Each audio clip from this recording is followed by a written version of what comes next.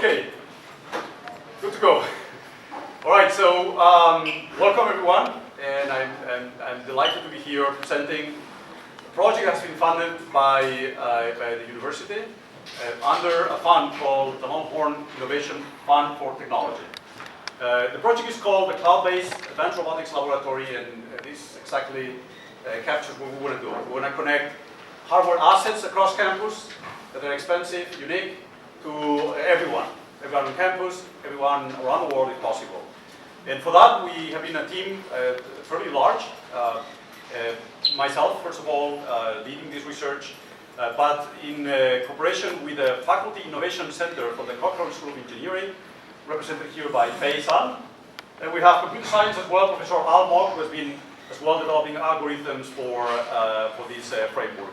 But more importantly, we have had graduate, postgraduate, and undergraduate researchers of all sorts involved in this project. We have had Bridget Owens, first of all, over here, who will be speaking.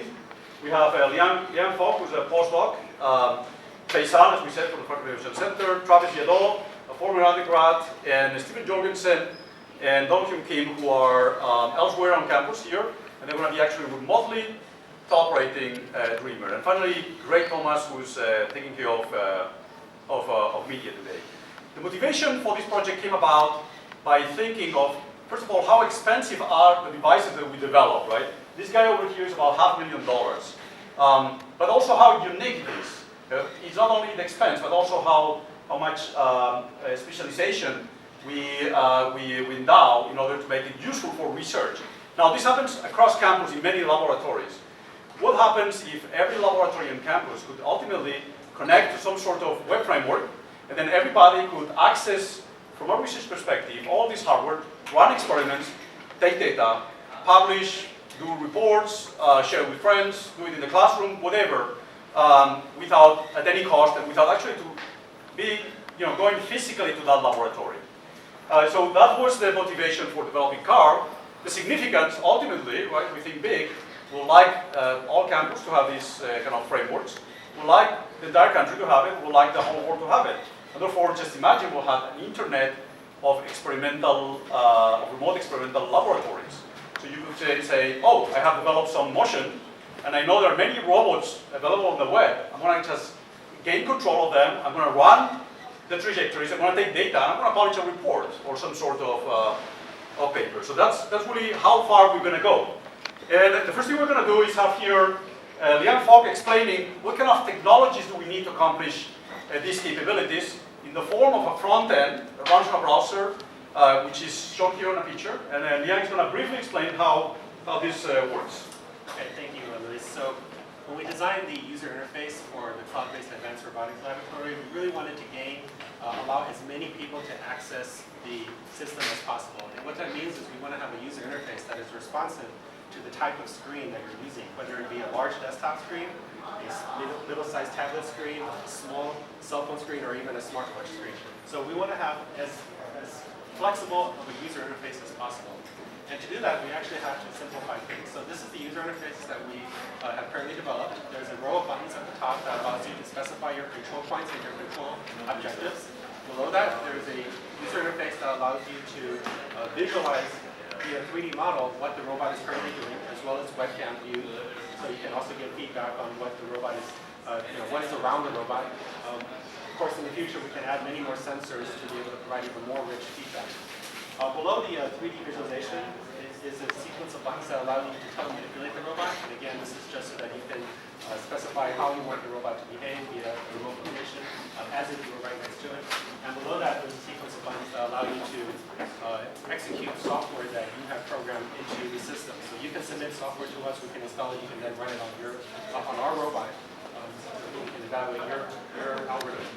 And finally, at the very bottom of the screen, there's the data feedback, and this is like the key scientific part of it. In order to do anything scientific, you need to be able to collect data, analyze it, and be able to compare your performance, your data to other people's data, so that you can have an idea on how things that you have changed actually affected the real system.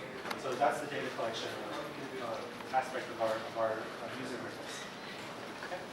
Yeah, and I don't know if you mentioned that, but this runs obviously on a portable device as well. And this is the most important kind of contribution, to be able to run it across any sort of device. So much for what runs on the front end, but something needs to control this system. And for that, we use feedback control systems that are available in the literature, except that these humanoid robots are awfully complicated. They have a lot of more degrees of freedom than their industrial counterparts. Per arm, they have 7 degrees of freedom, so we have 14, and then it has 3 degrees of freedom on the torso that needs to be coordinated, as well as the head movements and the grip movements. And for that, we need sort of different types of algorithms that was found in the literature. We use something called Control-It, which runs an algorithm called whole body control. And here we can see, sorry, I'm still not used to the site, the mathematics, right? We see there's a lot of algebra, a lot of manipulation. And kind of the research that we do in our laboratory, it concerns a lot of the mathematics, how to perform those operations at very fast rates so we can accomplish this kind of very precise movement. But once we have these systems to govern the kind of the inner behavior, we have the front end, now we have to glue them together. So Liang will be speaking again how the glue of these two subsystems is going to work. Right, so we have the controller, we have the hardware. Now we want to be able to allow anybody on campus to be able to access our infrastructure. And to do that, we adopted the architecture shown here. It's based off of the Node.js, which is a web applications framework that's used to power the most successful websites there are today, Google, LinkedIn, Uber, etc. These websites are all based off of Node.js. It's bi-directional, so it's real time, so you're able to just interact with remote resources via the Node.js framework. On the left side of the architecture is what we call the Carl OS. That's the Carl operating system, and it includes the simulation as well as the real hardware that is controlled by the Control-It framework. And to connect the Control-It framework to the internet, we developed something called the Carl Bridge. So the Carl Bridge connects to the Node.js web server, and then people from all over the world, all over campus, can then log into the web server via the Node.js server to be able to access our resources remotely. Okay, thank you, Liang. So now we have the pleasure of having here Bridget, who is an undergrad in mechanical engineering, and she's going to actually be using her cell phone, or actually my cell phone in this case, to do some cool stuff with Dreamer. So go ahead, please. So today I'll be using a cell phone. As you can see, it has the same interface as you saw earlier. All I have to do is go to the URL I'm using Chrome right now. Once I press play and type in a password, this is people from using it while I'm using it. Then Dreamer will get into the ready position where I can start teleoperating. So I can do simple things such as move the hands up or move them back down. Or use the pre-programmed demos, such as waving at you.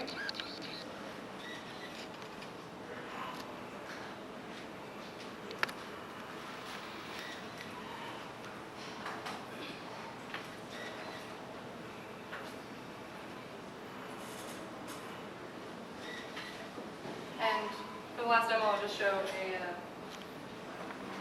symbol we will all recognize here at the University of Texas.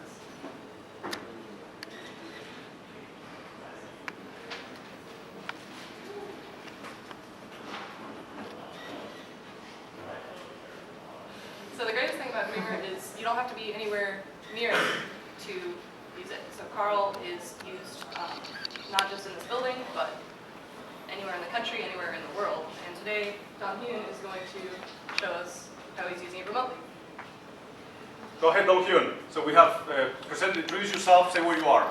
Okay, hi everybody, I'm Dong Hyun. I'm in third floor in this building. Can you hear me, everybody? Yes, we can. Yeah. Okay.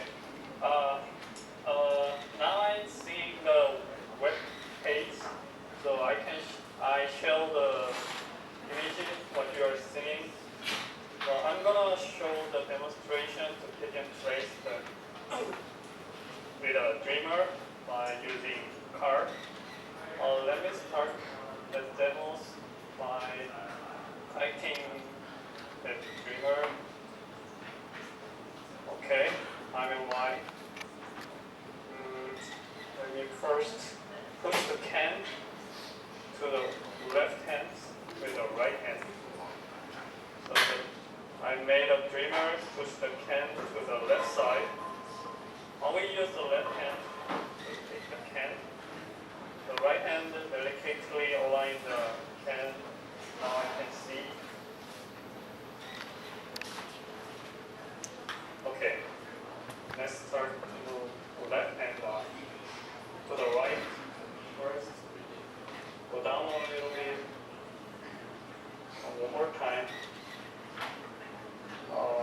push forward. Looks like I'm ready to grip it. Close the gripper. Forward. One more time. And one more time. Go to the left. Left a little more. I think I need one more time. And one more time. Go forward a little bit. Forward a little bit. Hold down. Fold a little bit. Looks like I'm ready to open the gripper.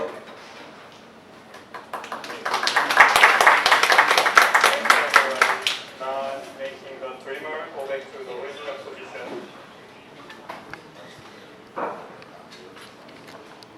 Okay, I push the stop. Okay, this is the pick and place demonstration. Thank you, everybody.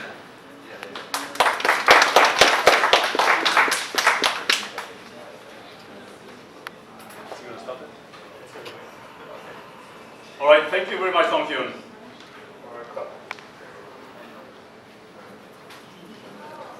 All right, so what we're going to do now is we're going to have Bridget actually asking somebody in the audience that wants to volunteer to operate Dreamer. So please go ahead, and who would like to volunteer?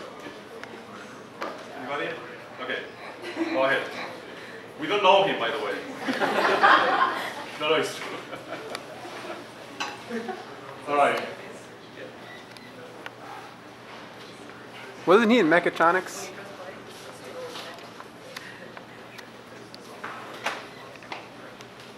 So you can use these buttons to control Do you display? No. You have to push buttons one time only. Oh, okay. So don't keep pushing a button, it will not work.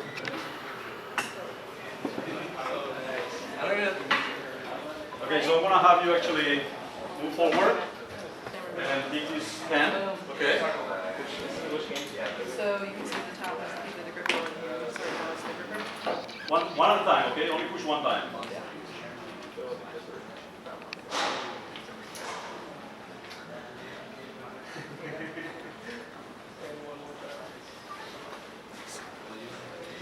more time.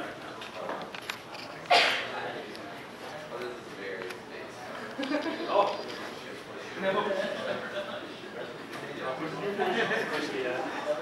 He pushed up.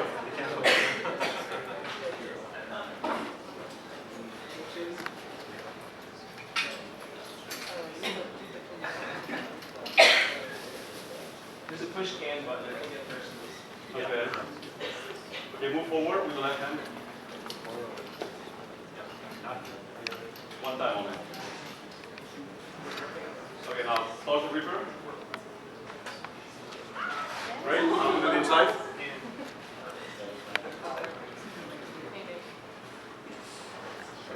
Left.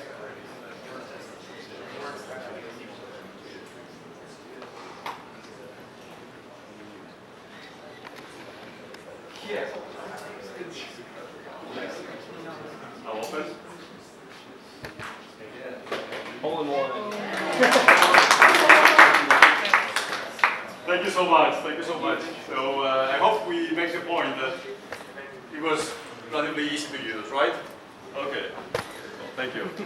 Okay, so we have a lot of focus on undergrad research, and as you can imagine, we are more ambitious than what we just showed today. We want to have this guy moving around autonomously, going, shaking hands on campus, interacting with people.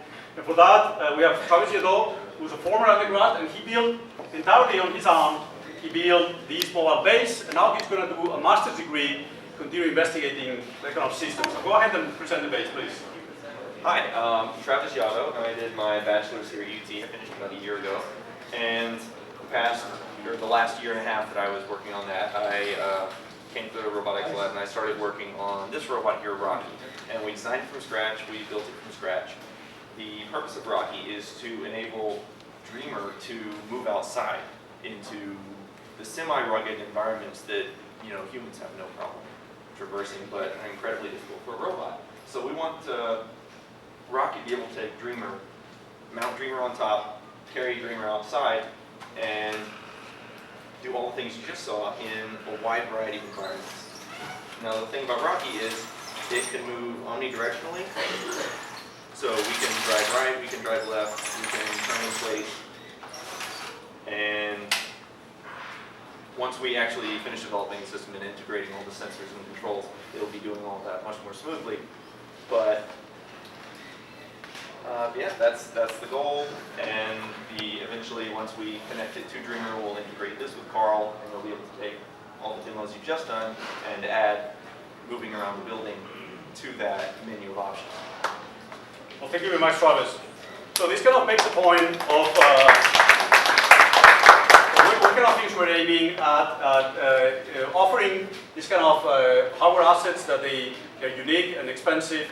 We want everyone here on campus, first of all, to use them, with a special focus on undergrads. And you can see here that both Travis and Richard have been tremendous enablers of these technologies. So in summary, we want to connect students and professors, teachers in the classroom to these systems. We devised a web framework that could allow to run modern browsers in mobile devices and iPads, cell phones, computers, run this kind of front end for controlling experiments with an experimental kind of focus.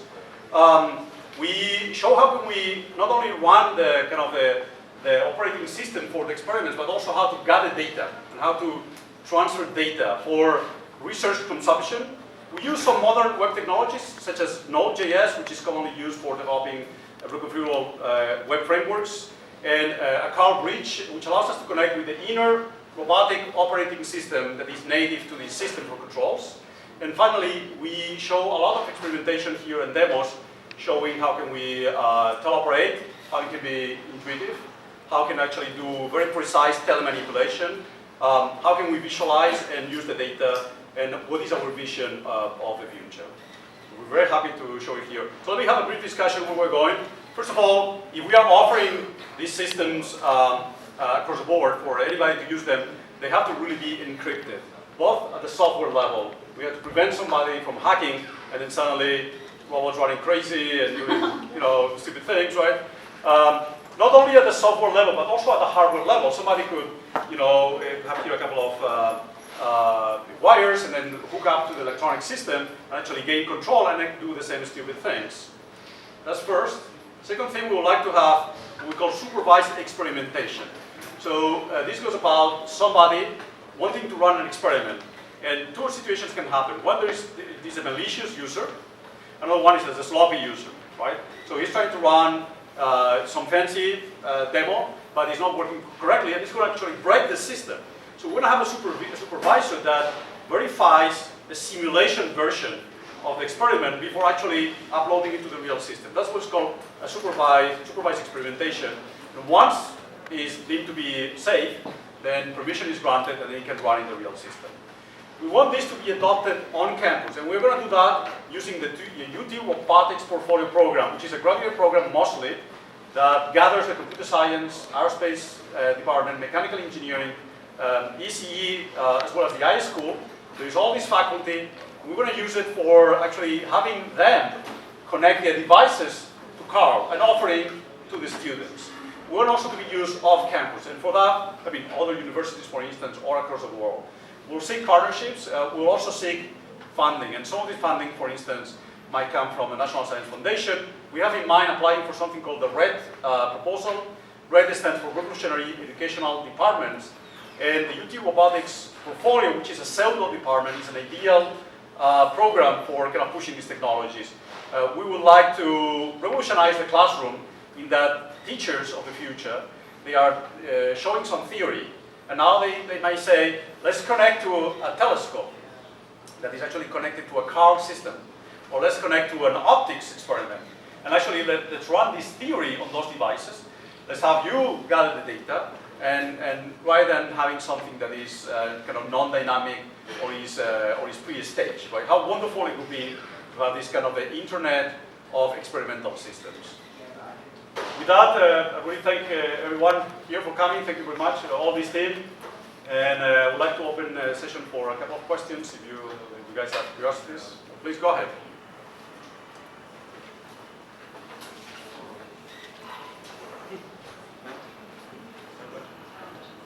Okay, in that case, we conclude here, and please stick around. We have actually cupcakes. That's the most important part of the presentation today. Lots of cupcakes, so please go ahead. And also, if you want to talk to other researchers, see the systems, play with them, just come over. Okay, thank you.